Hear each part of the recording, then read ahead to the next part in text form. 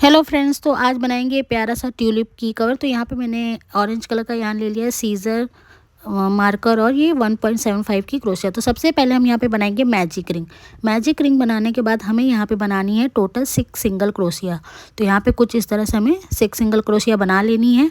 फिर उसके बाद लूप को खींचते हुए हमें ये सर्कल बना लेना है। फिर उसके बाद फर्स्ट चेन में हम करेंगे स्लिप स्टिच। स्लिप स्टिच करने के बाद हम बनाएंगे एक चेन बनाने के बाद उसी स्टिच में हम करेंगे 2 सिंगल क्रोशिया, यानी हर एक में हमें 2 सिंगल क्रोशिया करनी है, यानी टोटल हमें 12 सिंगल क्रोशिया करनी है।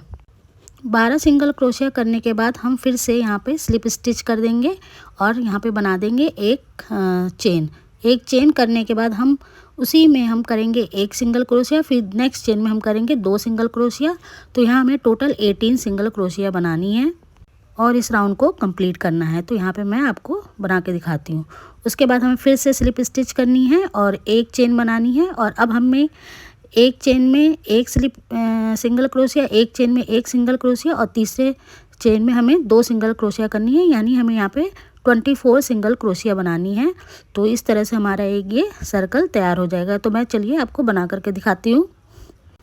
24 सिंगल क्रोशिया के बाद हमें अब हर एक में 24 ही सिंगल क्रोशिया करनी है और हमें राउंड कंप्लीट करना। अगर आपको इससे ज़्यादा बड़ा बनाना है तो आप 30, उसके आगे 30 का भी कर सकते हैं। तो मैंने यहाँ सिर्फ 24 का ले रखा है। उसके बाद हमें यहाँ पे टोटल 15 बार जो है 24 बनाना है।